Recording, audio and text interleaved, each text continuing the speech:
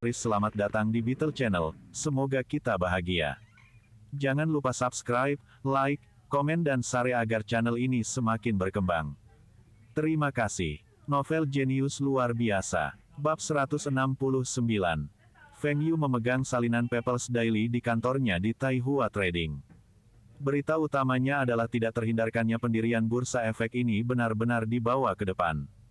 Feng Yu punya firasat bahwa dia telah sedikit mempengaruhi beberapa sejarah. Meskipun investasinya tidak banyak, itu sangat mempengaruhi 3 provinsi di wilayah timur laut. Stok dari daerah pedesaan laku lebih cepat dari wilayah pantai selatan.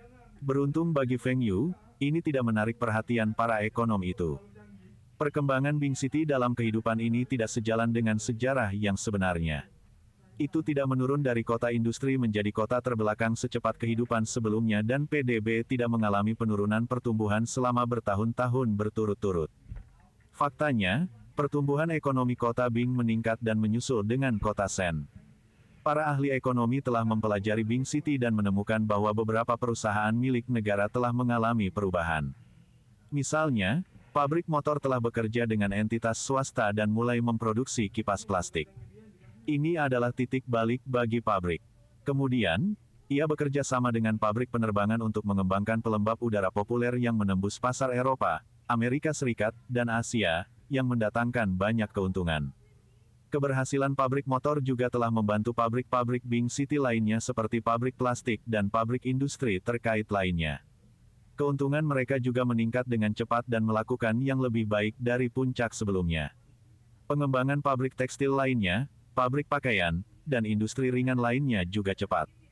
Menurut penelitian mereka, itu karena pabrik-pabrik ini telah membeli sejumlah peralatan murah namun canggih dari Uni Soviet, yang telah merevolusi teknik produksi mereka. Ini membuat mereka menjadi salah satu pabrik top di Cina. Di antara pabrik-pabrik ini, perusahaan mesin adalah yang paling mengesankan. Perusahaan ini menduduki peringkat salah satu yang terendah di Cina dan produk mereka yang terjauh dijual ke Provinsi Liao. Meskipun saat itu tidak membuat kerugian, tetapi tidak ada banyak keuntungan juga. Pasar utama mereka adalah 3 provinsi pertanian di wilayah timur laut, tetapi pendapatan mereka menyedihkan. Namun, sejak restrukturisasi perusahaan mesin tahun lalu, impor mesin canggih dari Uni Soviet dan investasi dari pengusaha Hong Kong dan pemerintah kota, ada perubahan total. Dari salah satu pabrik peringkat terendah, itu menjadi salah satu perusahaan top di Cina. Peralatan pertanian yang diproduksi dijual di seluruh negara dan keuntungan mereka meningkat dengan pesat. Semua orang mengira bahwa perusahaan ini menghususkan diri dalam peralatan pertanian dan mereka tidak mengharapkan perusahaan ini untuk mengimpor jalur produksi sepeda motor dan teknologi dari Uni Soviet. Mereka mendengar bahwa mesin produksi masih dalam proses kalibrasi dan pengujian. Sebelum akhir tahun, sepeda motor merek mereka sendiri akan ada di pasaran. Tidak hanya di kota Bing. Banyak kota di Provinsi Longjiang dan bahkan daerah sekitarnya mulai menggunakan mesin dan teknologi dari Uni Soviet. Ini meningkatkan kemampuan pabrik-pabrik ini dan pertumbuhan pesat ekonomi mereka. Para ahli telah memperhatikan bahwa mereka telah meremehkan potensi wilayah ini. Mereka tidak menyangka daerah ini akan makmur lagi. Ketika mereka menyelidiki lebih lanjut, mereka juga menemukan bahwa 2 tahun yang lalu, perdagangan obligasi negara di wilayah ini setara dengan provinsi pantai selatan. Karena obligasi treasury dan volume saham yang dijual di wilayah saat ini, para ahli mulai bertanya-tanya apakah orang-orang dari wilayah timur laut memiliki bakat alami untuk berdagang di pasar keuangan, atau mereka hanya kaya dan bersedia berinvestasi di pasar keuangan. Jika bahkan pasar keuangan provinsi pedesaan dari wilayah timur laut bisa begitu populer, itu berarti bahwa seluruh penduduk memahami obligasi perbendaharaan dan mungkin orang-orang siap untuk pembukaan pasar keuangan untuk mengejar ketinggalan dengan ekonomi negara. Negara maju. Semua ekonom itu sepakat bahwa sudah waktunya untuk merilis berita tentang pengaturan bursa untuk merangsang pasar dan mendorong pengeluaran.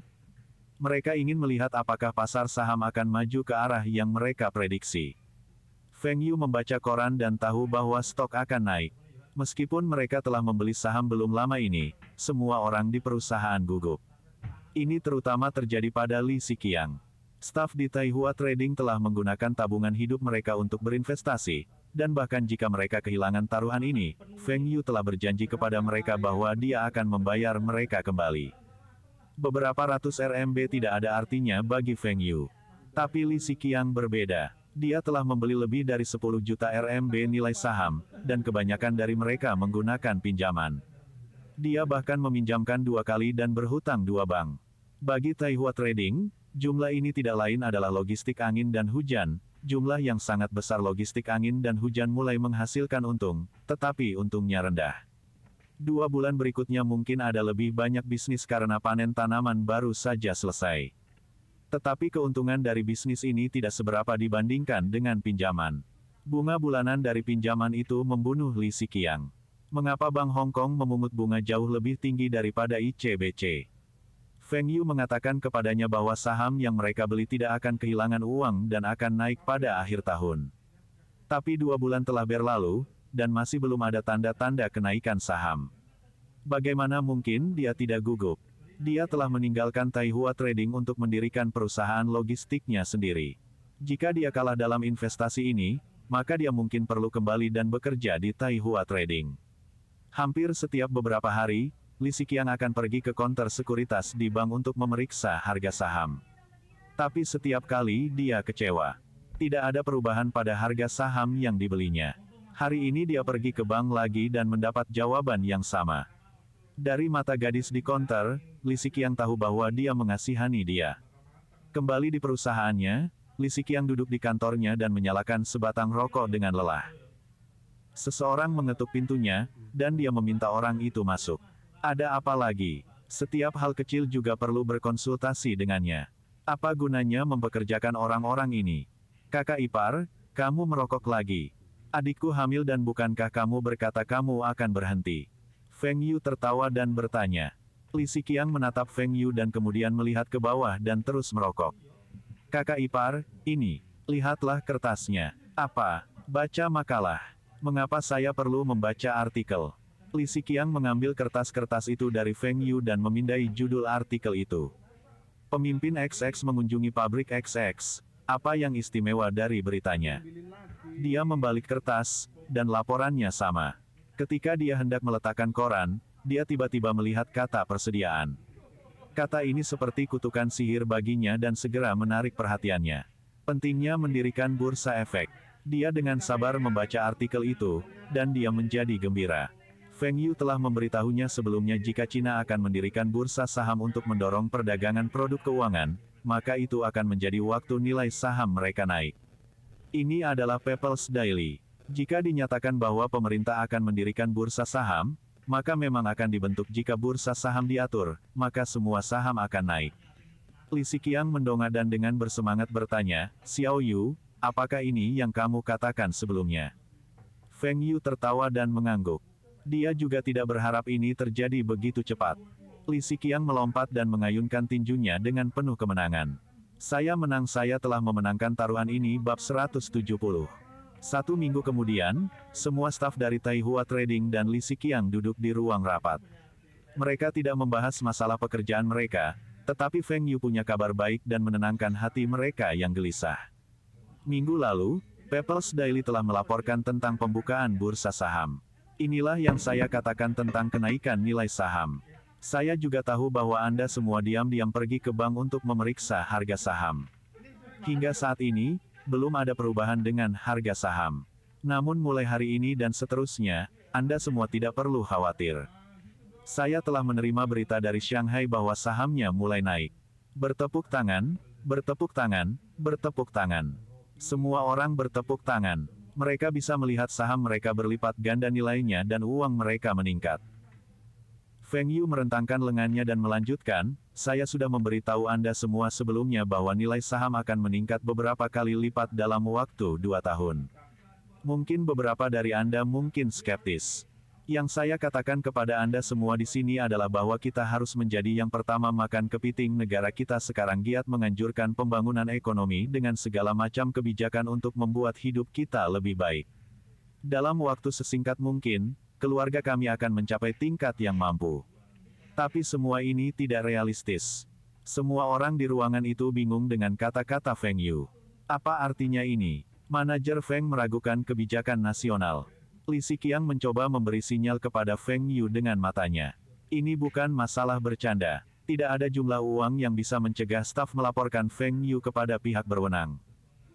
Kebijakan nasional itu benar, tetapi tidak mempertimbangkan rakyat. Keadaan setiap orang berbeda, tingkat pendidikan berbeda, pengalaman berbeda, dan ini akan menyebabkan perbedaan dalam visi mereka, cara hidup dan mengejar masa depan mereka. Itulah mengapa, yang hebat, mengatakan bahwa hanya sekelompok kecil orang yang dibiarkan menjadi kaya terlebih dahulu, dan setelah menjadi kaya, kelompok orang ini akan memimpin yang lain untuk mencapai kesejahteraan bersama. Apakah Anda semua mengerti artinya ini? Hanya 2 hingga 3 orang yang mengangguk. Seluruh staf berada dalam keadaan linglung.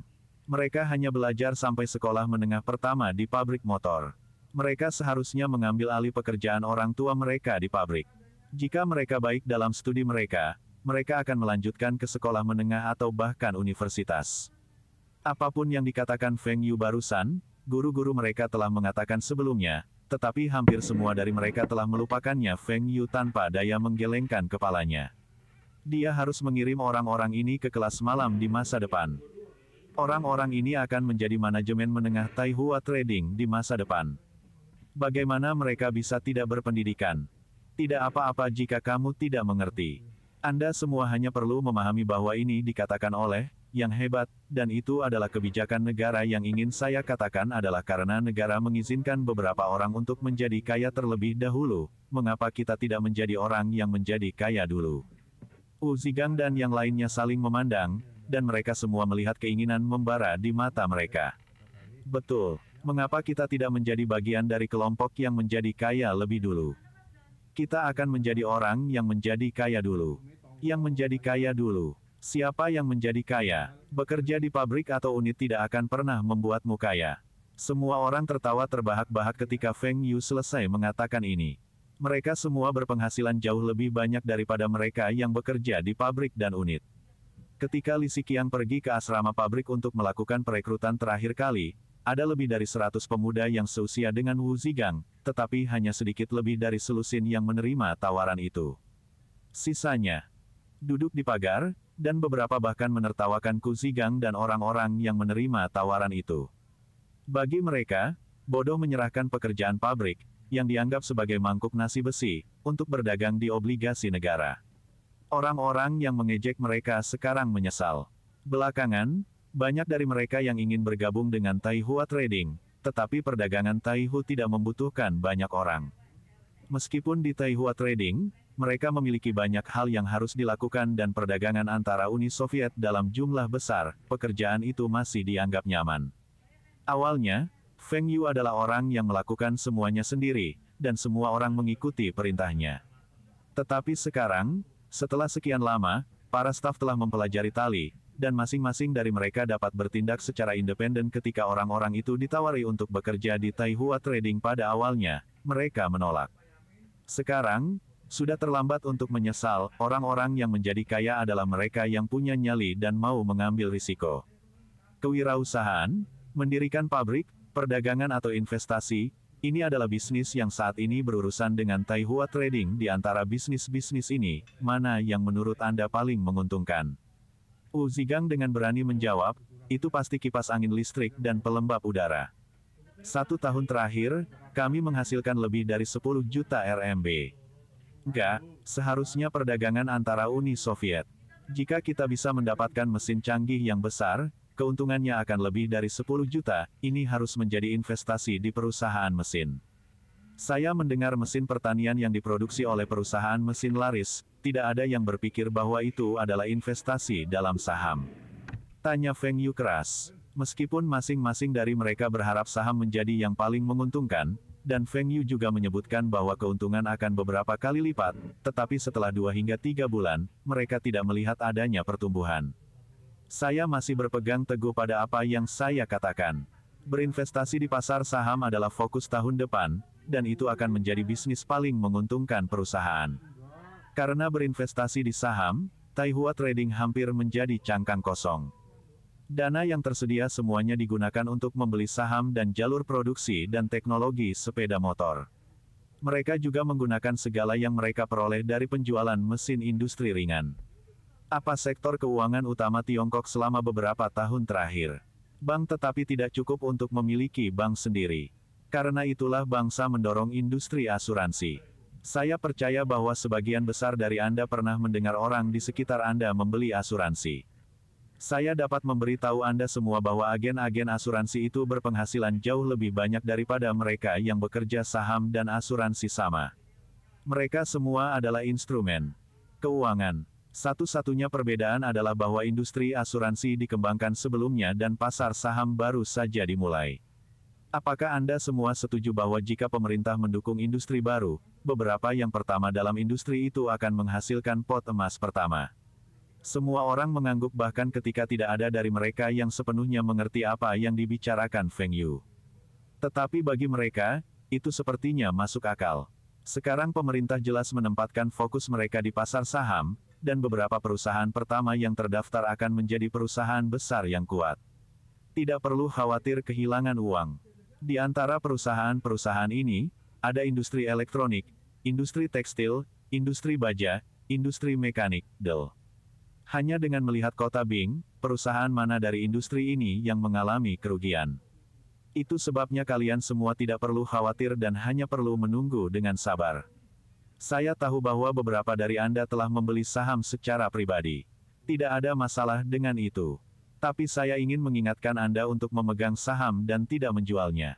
Saya akan memberitahu Anda semua kapan saatnya bagi Anda semua untuk menjual. Ketika Feng Yu mengatakan ini, banyak dari mereka menundukkan kepala. Sekarang banyak dari kalian masih mengendarai sepeda. Tapi yakinlah, hadiah akhir tahun yang saya siapkan untuk Anda semua adalah sepeda motor. Ini akan menjadi batch pertama sepeda motor yang diproduksi di kota Bing. Setiap sepeda motor bernilai lebih dari 10.000 RMB dalam 2 tahun lagi. Setelah menjual semua saham, saya jamin Anda masing-masing bahwa Anda akan mampu membeli mobil Anda sendiri. Selama 2 jam, Feng Yu menanamkan pemikiran di masing-masing dari mereka. Saya lebih berpengetahuan dari kalian semua, dan saya memiliki visi yang lebih baik dari kalian semua. Jika Anda mengikuti saya berjanji bahwa Anda dapat menghasilkan banyak uang. Feng Yu mengamati ekspresi masing-masing dan semua orang.